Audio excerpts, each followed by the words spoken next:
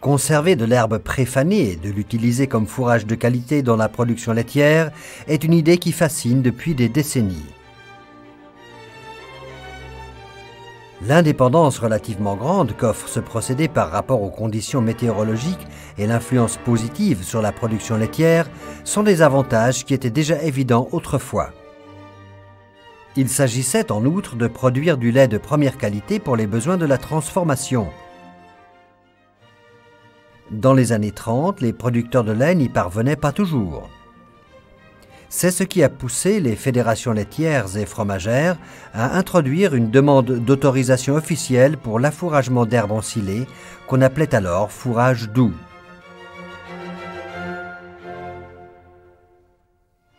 C'est ainsi que les associations d'ensileurs ont vu le jour. Elles contrôlaient la qualité du fourrage des producteurs laitiers ainsi que leur technique d'ensilage et de stockage. Mais surtout, et à l'époque déjà, elles étaient là pour conseiller les paysans. C'est encore le cas aujourd'hui pour l'association d'ensilage de Zurich et du Nord-Ouest. Bien que le contexte économique et politique ait considérablement changé, la production d'ensilage de qualité n'en reste pas moins un art que l'on peut certes maîtriser facilement en respectant quelques règles simples, mais qui soulève souvent des questions dans la pratique.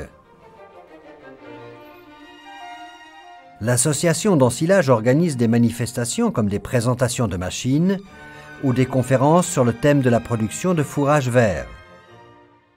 Elle propose un soutien technique aux écoles et aux agriculteurs, réalise des expertises et cherche des solutions pour résoudre les conflits. Un journal spécialisé est également publié 4 fois par an. Le présent documentaire a été conçu par l'Association d'ensilage de Zurich et du Nord-Ouest dans un but d'information. Il souhaite donner un aperçu vivant et complet de la thématique de l'ensilage à l'occasion du 75e anniversaire de l'association, sans pour autant prétendre à l'exhaustivité.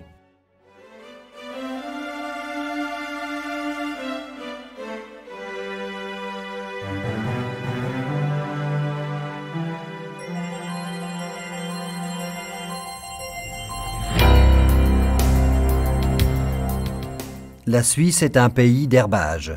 Environ 700 000 hectares, soit presque la surface du canton des Grisons, sont consacrés à la production fourragère.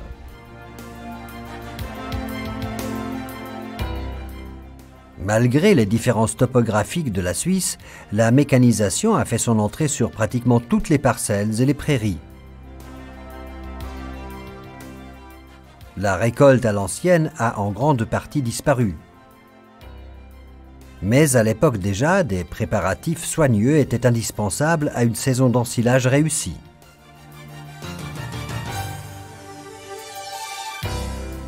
Ce n'est pourtant pas un secret, mais peu d'agriculteurs l'appliquent.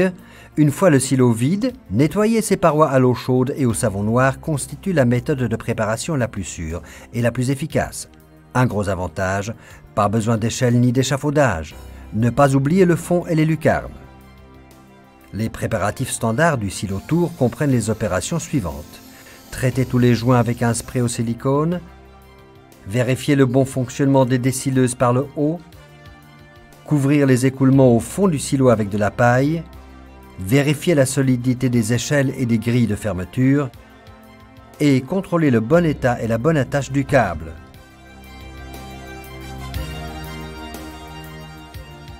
En Suisse, il est possible de rénover les silos non étanches et les parois de silos rugueuses à l'aide du film Sarnafil. Cette réparation a un effet durable.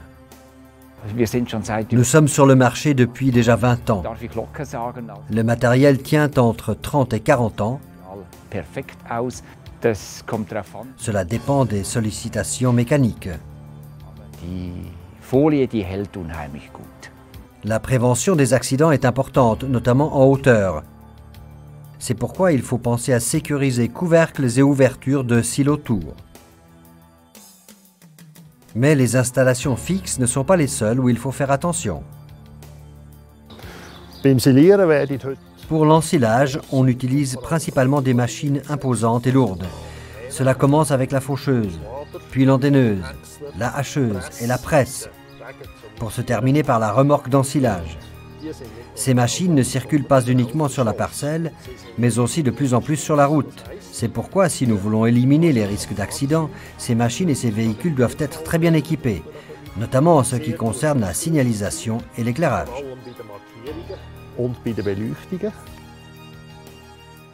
Des rétroviseurs propres et correctement placés assurent également la visibilité nécessaire sur route, dans la parcelle et la ferme. Passons maintenant à l'action.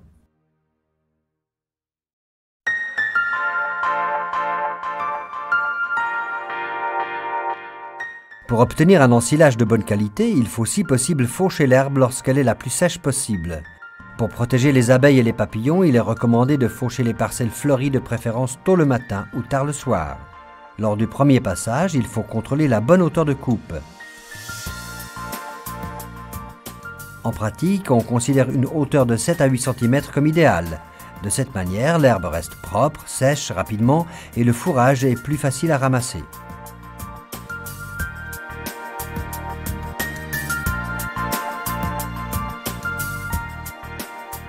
En Suisse, les faucheuses à tambour et à disque se sont imposées en plaine. Elles sont souvent combinées avec un conditionneur pour accélérer le préfanage.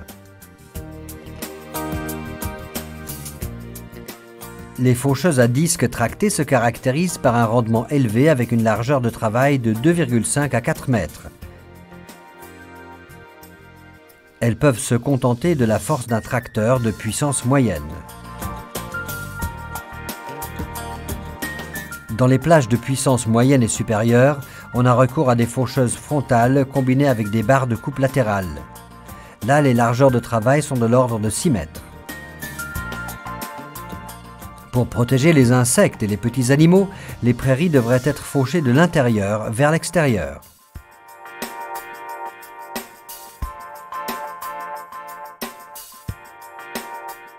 Les conditionneurs automoteurs sont la suite logique du développement d'une agriculture visant la productivité à grande échelle.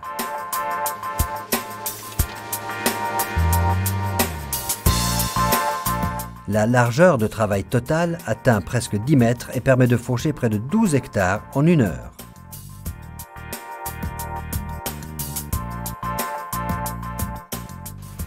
En région de montagne, il faut trouver des solutions spéciales. Les motofaucheuses sont des engins tout-terrain qui constituent souvent la seule solution dans les terrains en pente. Un dispositif d'entraînement hydrostatique et une direction active sur des châssis légers améliorent le confort de travail et permettent à l'opérateur d'économiser ses forces.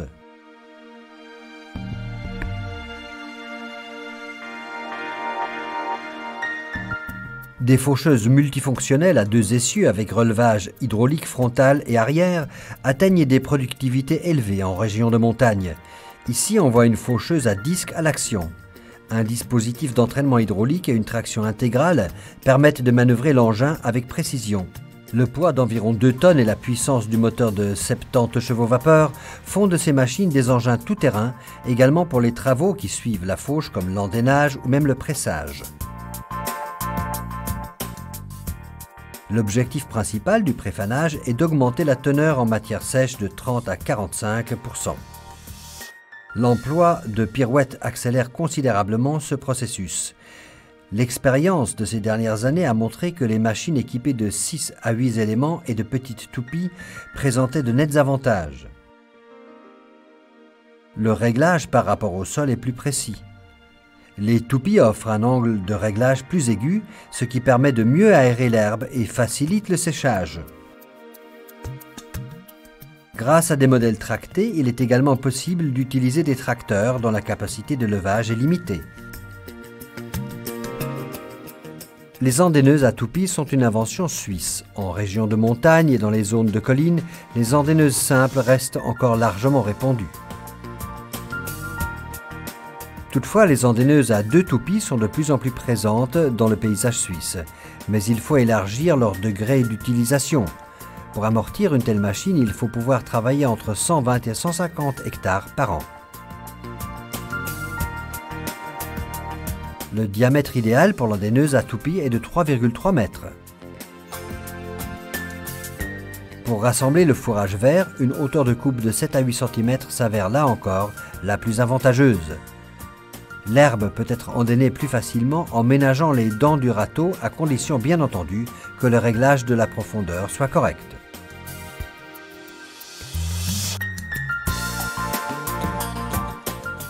La quintessence de l'ensilage de l'herbe tient en peu de mots. Un fourrage court, propre, coupé en fonction des besoins afin d'obtenir un bon compactage dans les silos. Ceci pour une économie de place et une meilleure qualité du fourrage de base.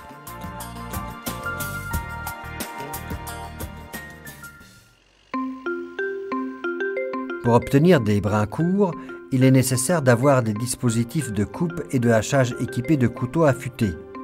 C'est pourquoi, pour réussir l'ensilage, la règle d'or est d'aiguiser régulièrement les couteaux.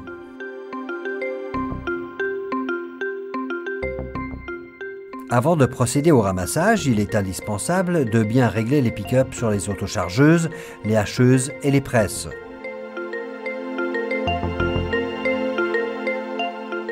Les autochargeuses universelles avec rotor convoyeur conviennent bien pour les exploitations qui veulent faire beaucoup de travail par elles-mêmes. Le dispositif de coupe pour l'ensilage peut être actionné facilement. Toutefois, il est important que tous les couteaux soient enclenchés.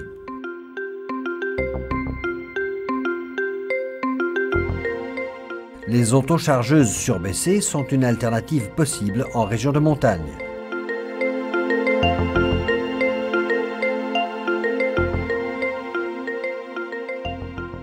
Les autochargeuses multicoupes conviennent bien pour le ramassage et la coupe de l'herbe sur terrain en pente en vue de produire de l'ensilage.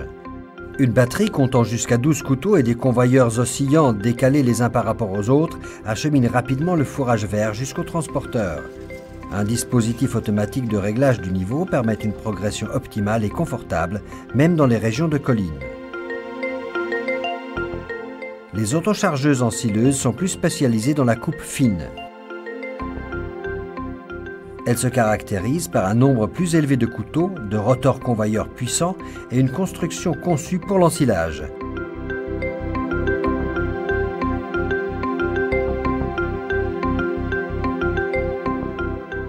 Ici, la machine est équipée d'un châssis à 8 roues de production suisse, respectueux du sol et d'une charge utile pouvant atteindre 26 tonnes.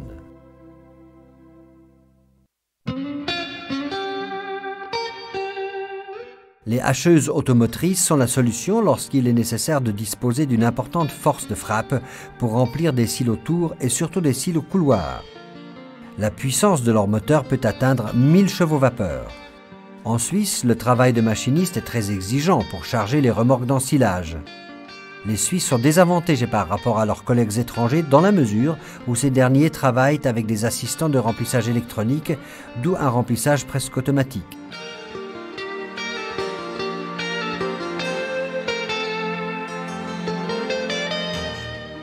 2 millions de balles d'ensilage sont pressées et enrubannées en Suisse. Les avantages de ce mode de conservation? Le film offre une grande flexibilité grâce à la technique d'enrubanage. On est largement indépendant du volume d'herbe à ensiler ainsi que des distances à parcourir.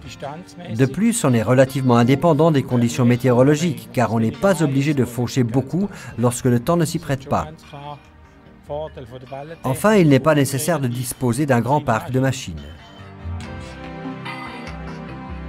Dans la production de balles rondes, les machines combinant presse et enrubaneuse sont très répandues. Les avantages qu'il y a à réaliser 2 opérations d'un coup sont évidents. Les presses sont équipées de chambres fixes pour les balles standards ou de chambres variables pour des balles dont le diamètre est compris entre 0,6 et 1,3 mètres. Certains fabricants spécialisés peuvent également installer des presses standards sur des enrubaneuses.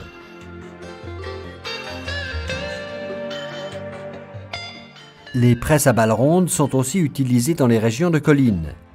Là, des équipements de sécurité supplémentaires sont nécessaires, comme les roues jumelées. Des caméras vidéo placées à l'arrière peuvent également rendre de grands services pour sécuriser la pose des balles sur des terrains en pente. L'autre solution consiste à déposer les balles sur une partie plane du terrain. L'herbe ensilée est également pressée en grosses balles rectangulaires. Dans l'exemple présenté ici, les balles produites mesurent 100 cm sur 120 cm. Une taille optimale pour le transport sur route. Lors du trajet entre la parcelle et la ferme, il est important que les balles soient attachées avec des sangles. La règle est également valable pour le transport individuel des balles avec la fourche arrière. L'enrubanage sur la parcelle n'est pas toujours la solution adéquate. Pour le peuplement de luzerne et de trèfle violet, le risque d'endommager le film en déposant la balle sur les chaumes est très élevé. Pourquoi cette technique n'est pas recommandée? Dans ce cas, il est conseillé de transporter la récolte pressée jusqu'à la ferme et de l'enrubaner sur place à l'aide d'un dispositif fixe. Du point de vue de l'étanchéité du film et du bon déroulement de l'enrubanage, c'est la meilleure solution car les manipulations sont minimales et les distances à parcourir réduites. Les qualités de film utilisées sont comprises entre 19 et 35 µ. Des qualités supérieures sont avantageuses lorsque les balles doivent être déplacées fréquemment, comme c'est le cas dans le commerce. Les entrepreneurs de travaux agricoles apprécient les films moyens et fins car les rouleaux ont ainsi un plus grand nombre de couches, ce qui évite d'interrompre trop souvent l'enrubanage. En outre, on préserve davantage l'environnement en utilisant des films plus fins.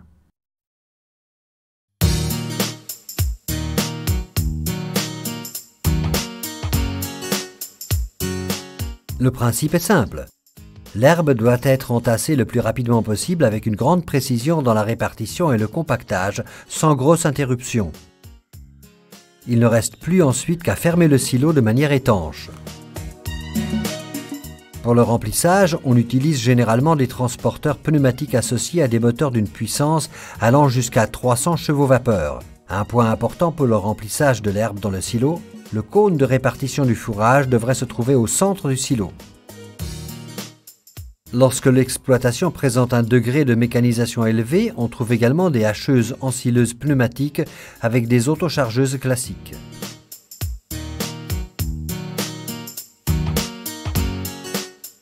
Pour monter sur les silos, notamment le jour qui suit leur remplissage, il est important de respecter la consigne suivante. Les films latéraux garantissent l'étanchéité des silos couloirs et protègent également les parois en béton des acides de fermentation. Les parois latérales inclinées selon le principe de Traunstein permettent de bien tasser l'ensilage jusque sur les bords sans endommager le film. Lorsque le débit de remplissage horaire est élevé, il faut prévoir des machines performantes pour la répartition et suffisamment de personnel pour couvrir le silo. Le remplissage à l'aide de dispositifs à grue est également une solution possible, surtout en région de montagne, lorsque la place est limitée. L'herbe convient bien pour les ensilages mixtes avec des cossettes de betterave, de pommes de terre ou de maïs. Il est même possible d'ajouter des drèches de brasserie. Les drèches fraises doivent être apportées dans les 2 jours de la brasserie à la ferme et ne contenir aucun conservateur. Bien entendu, il est également possible d'ensiler le malt seul, par exemple dans des silos tours. Sous respect des règles d'ensilage, il peut se conserver jusqu'à 1 année et constitue un apport de protéines bienvenu pour enrichir la ration de fourrage. La dernière opération consiste à étanchéifier le silo. C'est sans doute le facteur le plus décisif pour la réussite de l'ensilage. Dans les silos tours, on utilise toujours les presses à eau, tandis que dans les silos couloirs, l'étanchéité est assurée par un film inférieur, un film principal et un film protecteur. Les sacs de gravier sont souvent utilisés comme lest. Veillez à ce que les sacs ne soient remplis qu'aux 3/4 de gravier afin de pouvoir les adapter au contour du silo.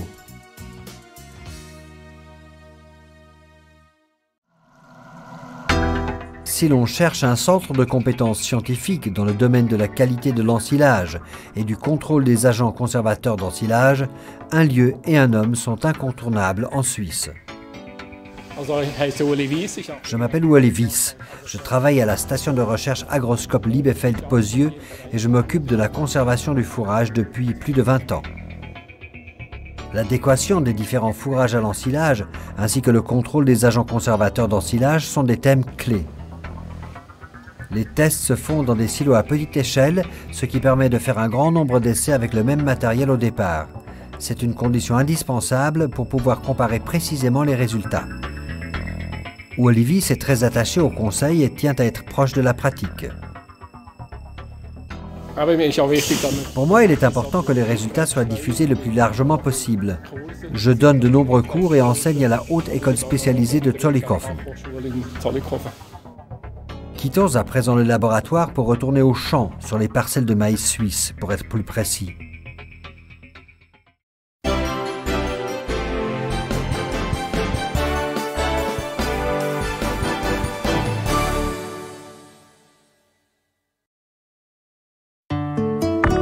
La Suisse n'est pas seulement un pays d'herbage. On s'en rend compte notamment en automne lorsqu'on traverse les régions rurales.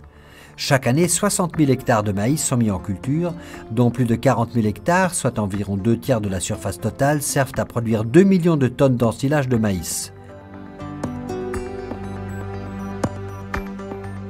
La date de récolte idéale se situe lorsque la teneur en matière sèche est comprise entre 32 et 35%. En pratique, cela veut dire... Sur la parcelle, le moment idéal est facile à déterminer. Les épis sont secs, se cassent aisément et lorsqu'on passe l'ongle à la pointe et qu'aucun jus ne sort des grains, c'est que le moment de la récolte est venu. Il faut alors changer l'outillage de la hacheuse pour la faire passer de l'herbe au maïs. Des préparatifs sérieux comprennent environ 20 points dont il faut tenir compte, parmi lesquels le montage des couteaux à maïs, le prolongement du bec, l'installation du broyeur à grains, la pose de poids supplémentaires et bien entendu l'aiguisage des couteaux pour une coupe exacte de 6 à 8 mm.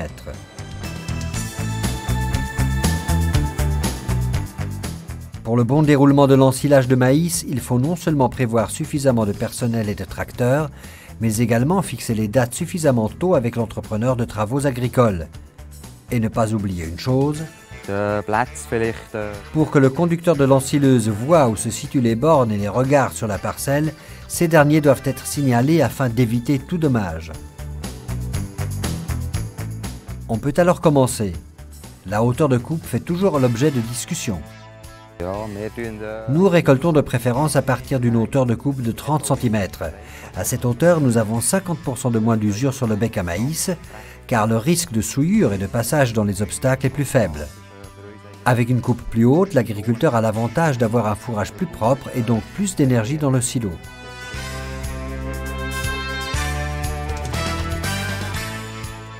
Lorsque le rendement est acceptable et le prix d'achat bas, l'ensileuse 3 rangs traînée peut être une alternative à l'ensileuse à maïs 6 rangs.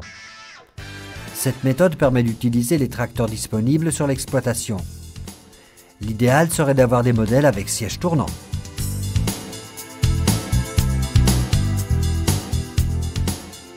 En principe, le maïs convient bien pour l'ensilage. En effet, sa teneur élevée en sucre et la grande quantité d'énergie valorisable donnent un fourrage de base avec une teneur élevée en L. Le remplissage devrait se faire rapidement et en peu de passages. Ce point est particulièrement important dans les silos couloirs. Dans le maïs riche en énergie, il est primordial d'éviter les post-fermentations. Premièrement, la taille des conteneurs doit être adaptée. C'est un facteur qui peut être planifié et calculé à l'avance. En effet, une descente trop lente du niveau dans le silo, due à un diamètre trop important des silotours, peut souvent conduire à d'importantes post-fermentations. Deuxièmement, les plantes atteintes par des maladies et les ravageurs, ainsi que le fourrage souillé par la récolte, peuvent causer des problèmes. Les silotours restent les grands classiques parmi les moyens de stockage de l'ensilage et continuent à faire leurs preuves encore aujourd'hui. L'important est que le front d'attaque soit suffisant. Il est conseillé d'accorder une importance particulière à la statique du silo. Avant de le remplir, il est indispensable de contrôler les parois et de vérifier qu'elles sont intactes. Lorsqu'il faut remplir de gros volumes rapidement, les silos couloirs sont la meilleure solution. Le succès de ce procédé tient essentiellement au compactage. La règle d'or est la suivante, le poids du véhicule compacteur devrait correspondre à 1/3 du débit de remplissage horaire, ce qui correspond à un véhicule de 10 tonnes pour un débit horaire de 30 tonnes.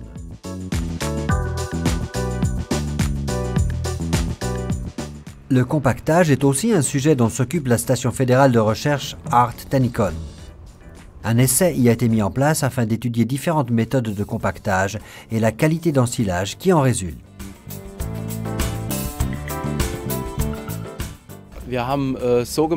Notre tracteur compacteur est équipé d'un côté de pneus standards et de l'autre de pneus 20% plus étroits.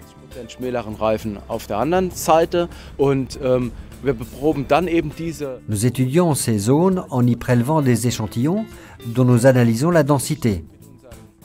Nous observons ensuite si la largeur différente des pneus se traduit par des différences en termes de densité. Un concours d'ensilage a même été organisé sous le patronat de l'association d'ensilage de Zurich et du Nord-Ouest en collaboration avec l'école d'agriculture de Strickhof.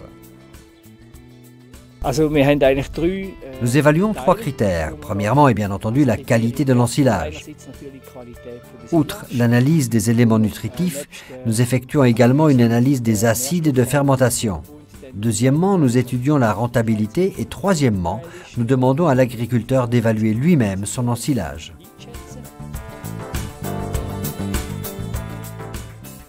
La conservation de l'ensilage de maïs en balles enrubannées s'est largement répandue depuis le nouveau millénaire. Les avantages de cette méthode se sont imposés. Coût d'investissement réduit et chaîne de mécanisation complète jusqu'à la table d'affouragement. La condition de la réussite tient à un approvisionnement constant de presse d'ensilage. Il est recommandé de compacter le mieux possible et d'aiguiser les couteaux de l'ensileuse à maïs toutes les 50 à 80 balles. L'idéal est que l'enrubanage ait lieu le plus près possible du lieu de stockage. L'utilisation de fines de bonne qualité est payante pendant la période d'affouragement. En outre, il est indispensable de manipuler les balles avec soin. Le silo boudin est une méthode d'ensilage avantageuse en termes de coût. Une base en dur sur une aire gravillonnée ou un chemin permet de dessilage même par temps de pluie. Il est recommandé de protéger le film contre les animaux comme les souris, les oiseaux ou les chats à l'aide de voiles et de filets. Un point est également important, lors du remplissage, le maïs devrait afficher une teneur en matière sèche d'au moins 32% pour garantir une densité de stockage optimale.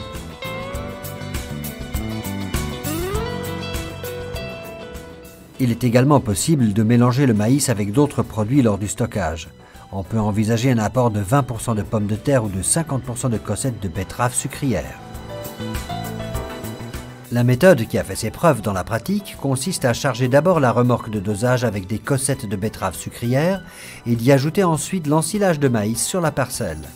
Le mélange et la production de balles rondes de maïs et de betterave sucrière sur place représente également une option qui est actuellement proposée sur le marché suisse. À ce niveau, la date d'ensilage peut parfaitement être adaptée à la campagne de betterave sucrière grâce aux variétés de maïs tardives.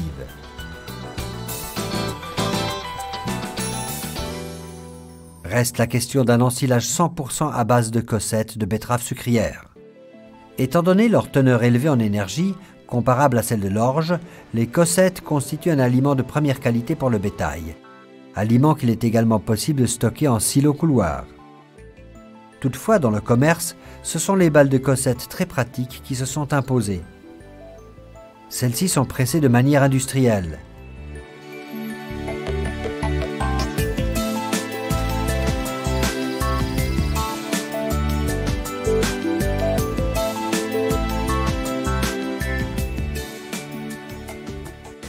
On peut également ensiler des grains ou des épices de maïs entiers.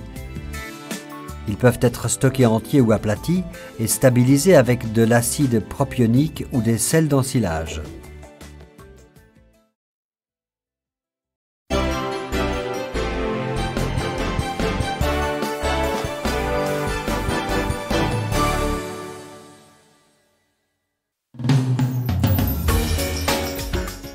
Pour le transport de l'ensilage à la table d'affouragement, il y a autant de possibilités que de technologies disponibles. Chaque agriculteur doit savoir choisir la solution qui convient à son exploitation. L'association d'ensilage peut aider à prendre la bonne décision. Comme par exemple lors des excursions des écoles d'agriculture. Les aspects pratiques exposés sur place peuvent donner des informations importantes pour des investissements ultérieurs. C'est une préoccupation qui est aussi une des priorités du centre agricole de Liebeek. On voit ici une classe de chefs d'exploitation à l'occasion d'un module d'apprentissage en silage en 4 parties. Les excursions sont importantes. On voit comment cela se passe dans la pratique. Et c'est un bon complément à la théorie. Je pense que pour comprendre et apprendre, il faut voir concrètement les choses.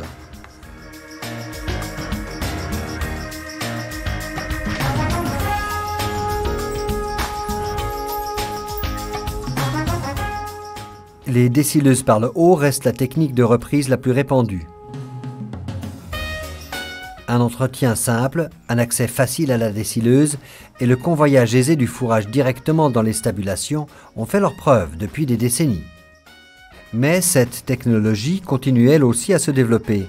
Des systèmes d'aspiration indirecte avec turbocyclone et roues à palettes permettent d'atteindre une puissance élevée et de ménager l'ensilage lors du convoyage tout en réduisant la consommation d'énergie. Lors des travaux d'entretien de l'appareil, il est important de respecter les règles de sécurité. C'est pourquoi les dispositifs d'arrêt d'urgence avec arceaux de protection ou câbles d'arrêt font partie de l'équipement de base.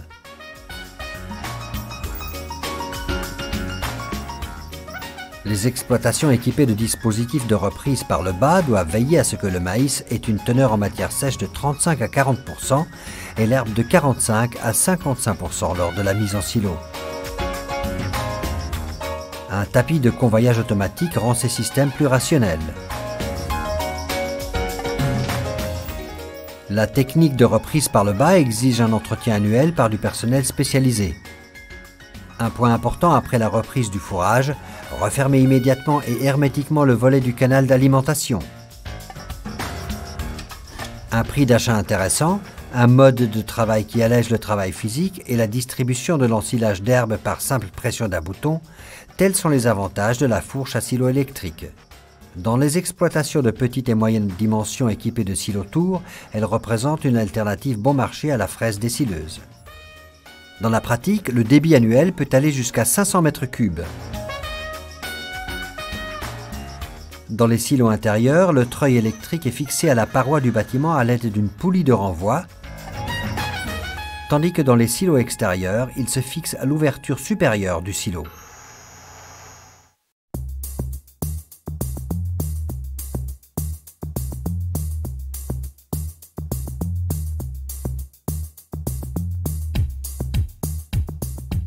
Le nombre de silos couloirs est en augmentation actuellement. Une capacité à absorber une quantité élevée d'ensilage frais en relativement peu de temps grâce à des machines performantes, tel est l'atout de cette variante de stockage. Dans de nombreuses exploitations, les agriculteurs construisent eux-mêmes leurs silos sous l'égide des coopératives de construction rurale, ce qui maintient le prix à un niveau intéressant. La reprise du fourrage dans le silo couloir devrait se faire du côté abrité par rapport à la direction principale du vent.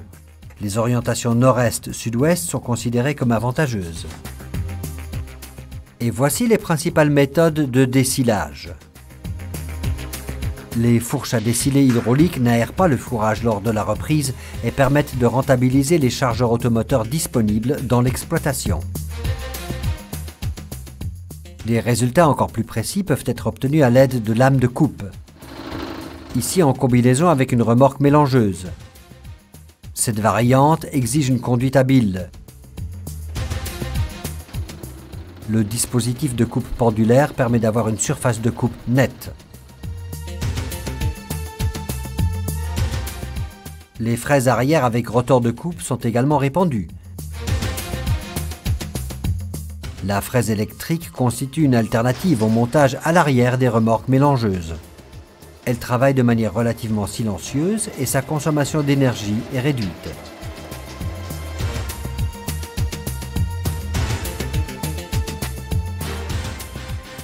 Les remorques mélangeuses automotrices avec dispositif de coupe frontale sont idéales à manœuvrer lors de la reprise du fourrage.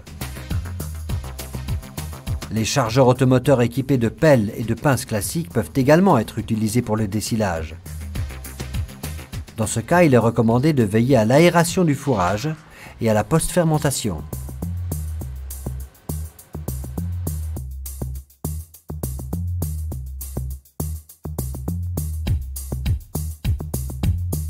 Là aussi, la règle consiste à manipuler les balles et à les transporter délicatement avec la pince jusqu'à la table d'affouragement. Et nous voici arrivés à la distribution de l'ensilage.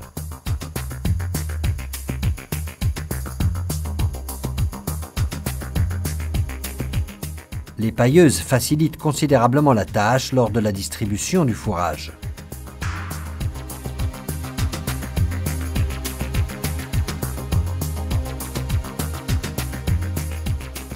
Les distributeurs automoteurs sont très appréciés, notamment dans les exploitations d'engraissement, car ils sont très maniables pour un coût d'investissement et d'entretien raisonnable.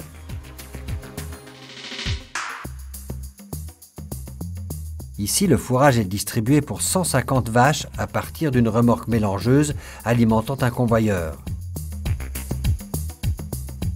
La répartition entre mélange et distribution se fait indépendamment du moment de préparation du fourrage, car sinon, plusieurs opérations seraient nécessaires pour le mélange.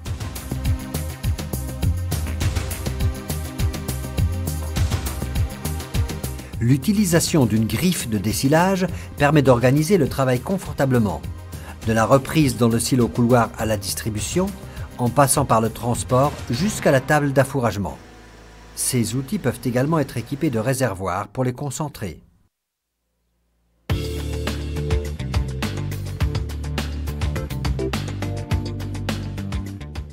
Les remorques mélangeuses font partie des classiques de la distribution. Leur fonction de mélangeuse permet notamment l'emploi universel de ces machines pour la préparation des rations. Les différents composants du fourrage peuvent être déterminés aisément et précisément à l'aide d'une balance électronique. La ration ainsi obtenue est homogène et constitue un mélange équilibré. Cette méthode permet d'éviter la convoitise entre les vaches. Les balles rondes peuvent aussi être défaites dans les remorques mélangeuses. Les engins automoteurs sont utilisés en commun par plusieurs exploitations et dans les grands domaines, mais ils exigent beaucoup de place.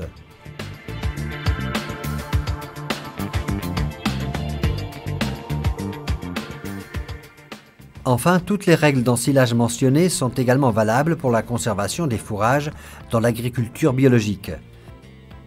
Par exemple, dans l'exploitation du centre agricole d'Ebenrail à Sissach, dans le canton de Bâle-Campagne. Le point suivant doit en outre être pris en compte pour l'ensilage. Dans l'agriculture biologique, nous ne pouvons pas utiliser tous les agents conservateurs d'ensilage. Ceux que nous pouvons utiliser figurent sur la liste de l'Institut de recherche de l'agriculture biologique. Nous arrivons à la fin de notre tour d'horizon audiovisuel de l'ensilage. Comme l'a montré le documentaire, la bonne conservation du fourrage dépend largement de l'expérience, des connaissances et de la compréhension. Les membres de l'association d'ensilage de Zurich et du Nord-Ouest font partie de ceux qui diffusent les connaissances pratiques et scientifiques. Il est possible d'y avoir accès en tout temps en passant par le service de vulgarisation interne. Les publications et les manifestations mentionnées apportent elles aussi leur pierre à l'édifice et garantissent qu'en Suisse, ensiler puisse être une activité rentable, mais aussi plaisante, ce encore bien après l'anniversaire de l'association.